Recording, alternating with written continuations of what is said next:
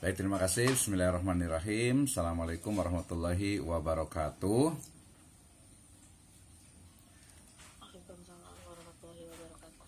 Alhamdulillahirrabbilalamin. Assalatu wassalamu ala asrafil anbiya'i wal mursalin habibana wa nabiyana wa sayyidana wa maulana Muhammadin sallallahu alaihi wasallam wa ala alihi wa ashabihi wa man tabi'ahum bi ihsanin ila yaumiddin wa ba'd. Qala Allah Ta'ala fi kitabihil karim, a'udzu billahi minasyaitonir rajim. Bismillahirrahmanirrahim. Ya ayyuhalladzina amanu idza tadayantum bidainin ila ajalin musamma faktubuh. Wa qala Allahu azza wa jalla aidan wa in kuntum ala safari wa lam tajidu katiban farihanum maqbudah fa in amina ba'dukum ba'da falyu'addil ladzi tumina amanatahu wal yattaqillaha rabbah wa la taqtumus syahadah wa may yaktumha fa innahu athimun qalbuh wallahu bima ta'maluna alim. Wa qala Allahu azza wa jalla aidan fataqabbalaha rabbuha biqabulin hasanin wa ambataha nabatan hasanan wa kaffalaha Zakaria. Wa qala Rasulullah sallallahu alaihi wasallam fi riwayatin an Abi Hurairah radhiyallahu anhu anin Nabi sallallahu alaihi wasallam qala man nafasa am mu'minin kurbatan min kurabid dunya nafasallahu anhu kurbatan min kurabi yaumil qiyamah wa may yassara ala mu'siri yassarallahu alaihi fid dunya wal akhirah. Wa qala aidan matlul ghaniyyi zulmun. Amma ba'd fa inna asdaqal hadithi kitabullah wa khairal huda hudan nabiyyu sallallahu alaihi wasallam. Alhamdulillah, asyukru lillahi wahdah alladzi an'ama alaina fi hadzal yaum nastamir dirasatana yakni fil maudu ayat wal hadis iqtisad al-islamiyah. Saya ucapkan terima kasih kepada seluruh mahasiswa di program studi Ekonomi Syariah UPN Veteran Jakarta yang sudah hadir on time ya, bahkan before time dari subjek atau mata kuliah yang diberikan kepada saya untuk kelas besar ini ya. Hari ini kita akan membahas bersama terkait dengan ayat dan hadis ya tentang transaksi non-profit oriented ya. Artinya kita akan belajar tentang ayat dan hadis yang sifatnya itu adalah nanti disebut dengan apa? Akad yang tabarruk atau akad sosial ya. Sekarang juga bisa dikenal dengan juga istilah Islamic Social Finance ya. Islamic Social Finance artinya keuangan Islam ya sosial gitu ya. Jadi bagaimana sistem keuangan ya, keuangan yang tidak hanya ujungnya itu profit, tidak hanya bertujuan untuk mendapatkan profit, tetapi juga mendapatkan di sana ajar, ujroh ya, atau pahala, ganjaran pahala dari Allah Subhanahu wa Ta'ala. So hari ini kita akan bahas tentang qard, kemudian wakalah, kemudian kafalah, dan juga rahan. Ya, walaupun nanti dalam beberapa perkembangan mutakhir misalnya qard ya, kalau qard nanti disebut dengan qardul hasan ya, kemudian wakalah sekarang muncul juga namanya wakalah bil ujroh, kemudian kafalah juga sama ya, kafalah bil ujroh sampai kepada rahan ya atau gadai yang sekarang juga di dalam tanda petik itu dibisniskan. Artinya ya di sana ada percampuran antara akad tijari dengan akad tabarruk, antara komersial Islamic Finance dengan sosial Islamic Finance ya. Saya awali dengan firman Allah Subhanahu wa Ta'ala ya dalam surat Al-Baqarah ayat ke-282. Saya yakin teman-teman di program studi Ekonomi Syariah ini sudah hafal nih ya. Ya, Allah Subhanahu wa Ta'ala berfirman, a'udzubillahi minasyaitonirrajim, ya ayyuhalladzina amanu idza tadayantum bidainin ila ajalin musamma faktubuh ya. Wahai orang-orang yang beriman, apabila kalian bermuamalah ya secara tidak tunai, maka hendaklah kalian tuh menuliskannya ya. Jadi ketika melakukan transaksi tidak tunai ya dan waktunya ditentukan, maka hendaklah menuliskannya. Jadi di sini ada syariat, ada perintah untuk menuliskan berbagai akad transaksi yang tidak tunai ya. Tidak tunai berarti ya utang atau ditangguhkan gitu ya. Jadi ketika kita mungkin ada utang piutang gitu ya, atau mungkin transaksi yang tidak tunai, maka hendaknya itu dituliskan. Nah, itu yang pertama. Kemudian yang kedua, firman Allah Subhanahu wa taala lanjutannya dalam surat Al-Baqarah ayat ke-283, A'udzubillahi minasyaitonirrajim, wa in kuntum ala safarin wa lam tajidu katiban farihanun maqbudah, ya. Jika kalian dalam perjalanan dan melakukan muamalah tidak secara tunai gitu ya, maka hendaklah sedangkan kita itu tidak memperoleh penulis, ya, tidak ada yang menuliskan. Kan tadi kan di ayat 282 itu kita perintahkan untuk menulis, tapi ternyata pas di perjalanan ternyata kita tidak mendapatkan orang yang menulis. Nah, orang yang menulis di sini dalam konteks sekarang modern itu bisa ya legal drafter gitu ya, ataupun juga akuntan gitu ya. Nah, maka hendaklah apa? Hendaklah farihanun makbudoh, hendaklah ada barang yang dijadikan tanggungan atau dijadikan gadai atau bor ya pada masa lalu itu ya. Jadi bor atau gadai ya. Nah, itu menjadi hal yang penting ya, sebagai bentuk kepercayaan ya, yang akan dipegang oleh orang yang berpiutang. Jadi orang yang punya piutang ya, saya misalnya saya dalam perjalanan kemudian saya melakukan jual beli gitu ya, tapi tidak tunai nih ya, tidak tunai. Kemudian saya yang mau beli nih gitu ya, saya mau beli, uangnya saya kasihkan. Nah, tapi bukan uangnya, tapi saya punya barang gitu ya, maka kemudian berarti ya barangnya itu sebagai jaminan ya, ini adalah gadai. Nah, tapi biasanya konteks sekarang itu bukan dalam perjalanan, tapi dalam kehidupan sehari-hari. Makanya ada nanti istilah pegadaian yang berprinsip syariah. Nah, kita akan lihat ya, kita bisa diskusi bersama.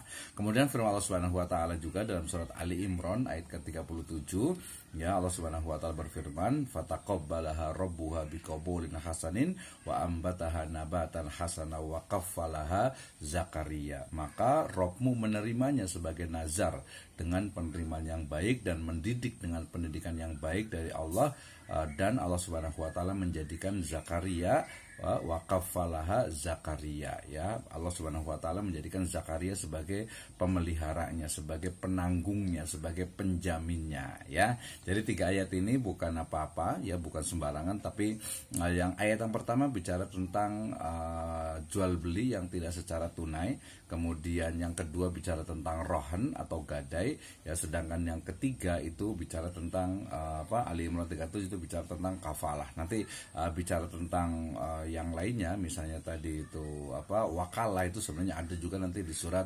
Al-Kahfi ini, tapi sebagai ya awal saja, nanti kita akan lihat ya. Oke, kemudian yang berikutnya ya, hadis dari Nabi Shallallahu Alaihi Wasallam yang saya bawakan di sini adalah dari Abu Hurairah ya radhiyallahu anhu, di mana Nabi bersabda ya, beliau bersabda, man nafasa mu'minin kurbatan min kurabid dunya. Ya, siapa saja yang melapangkan ya, yang membantu satu kesusahan dari seorang mukmin ya, maka nafasallahu anhu kurbatan min kurabi yaumil qiyamah. Maka Allah Subhanahu wa taala akan melapangkan darinya satu kesusahan di hari kiamat.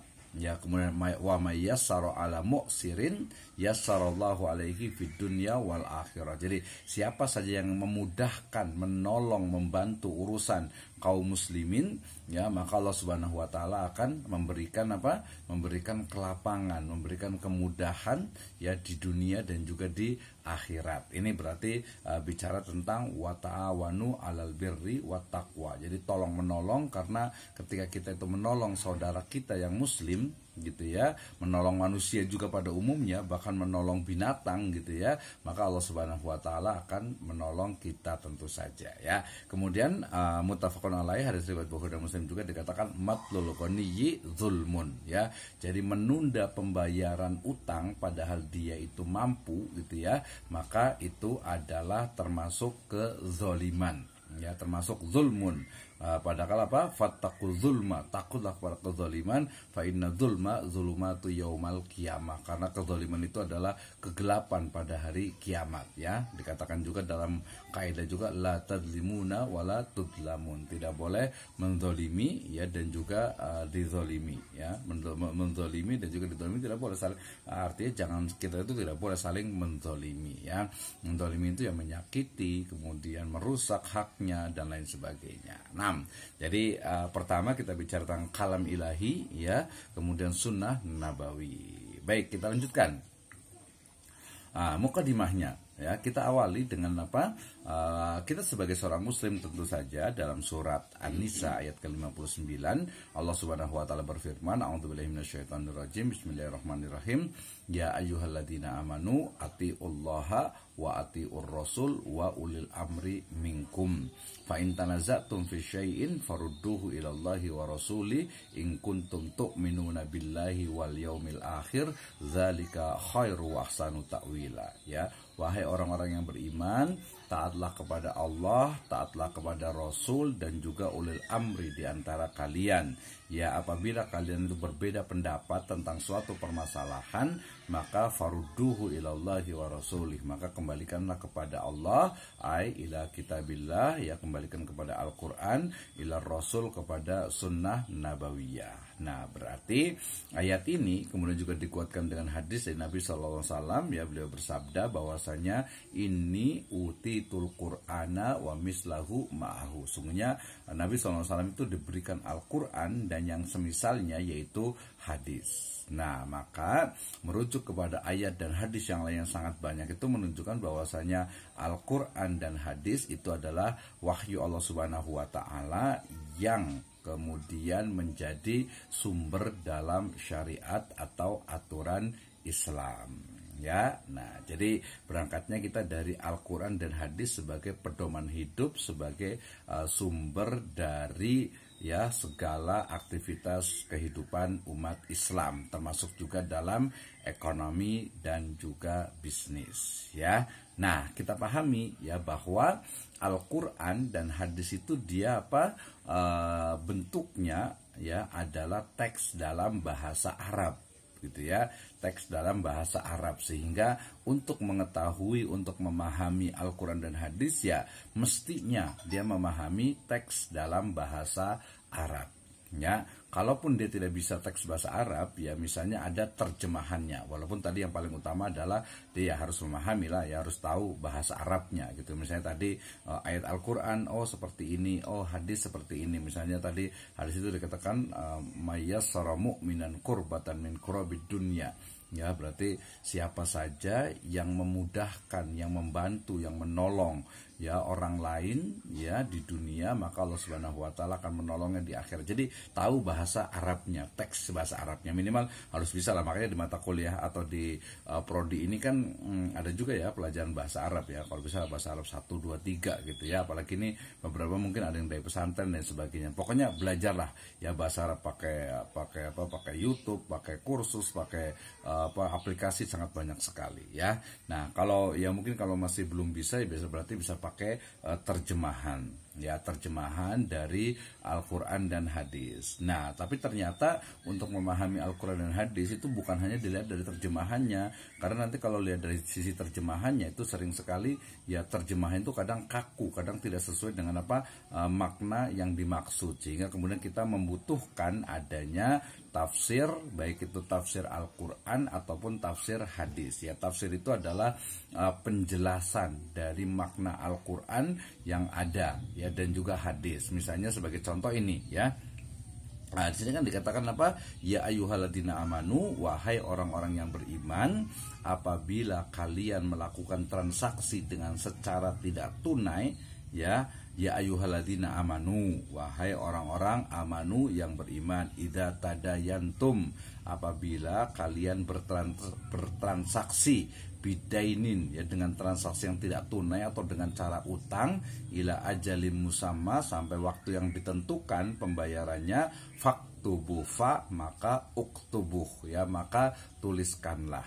Ya, ini kan terjemahnya seperti itu ya. Tapi kemudian kita akan tahu, jadi menulis di sini apakah hukumnya wajib ya, atau dia hanya sunnah atau dianjurkan. Nah ya, kemudian di sini ya ayyuhalladzina amanu, kenapa orang-orang yang beriman? Kenapa enggak ya ayyuhan nas? Kenapa enggak ya ayyuhal muslimun gitu ya?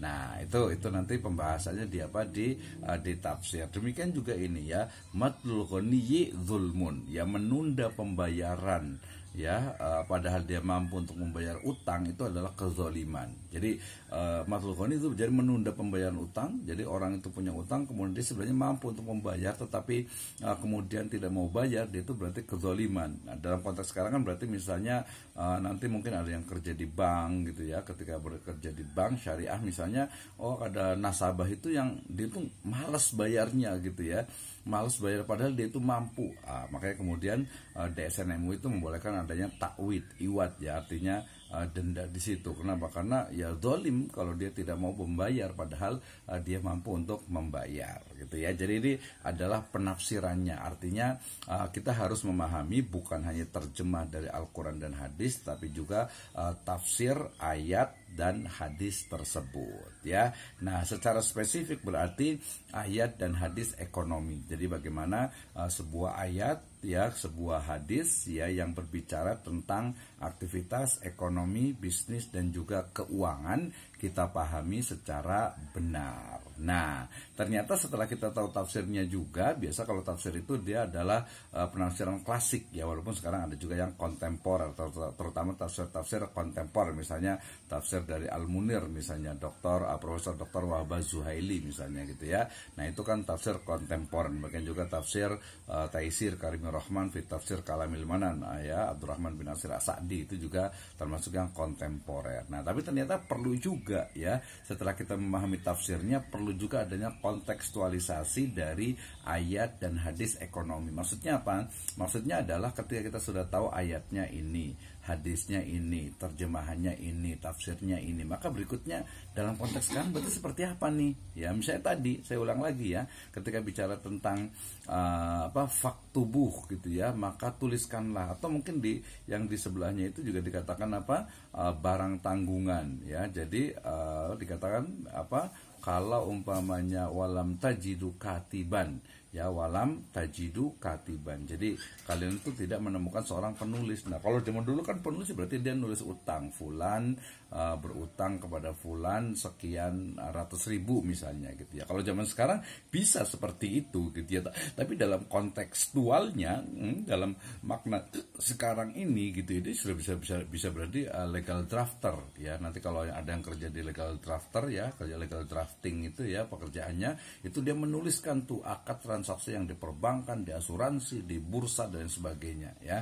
Nah, itu adalah bagian dari dari katib, menulis. Jadi ada kontekstualisasi dari makna yang ada di dalam Al-Quran dan juga As-Sunnah. Baik, terima kasih.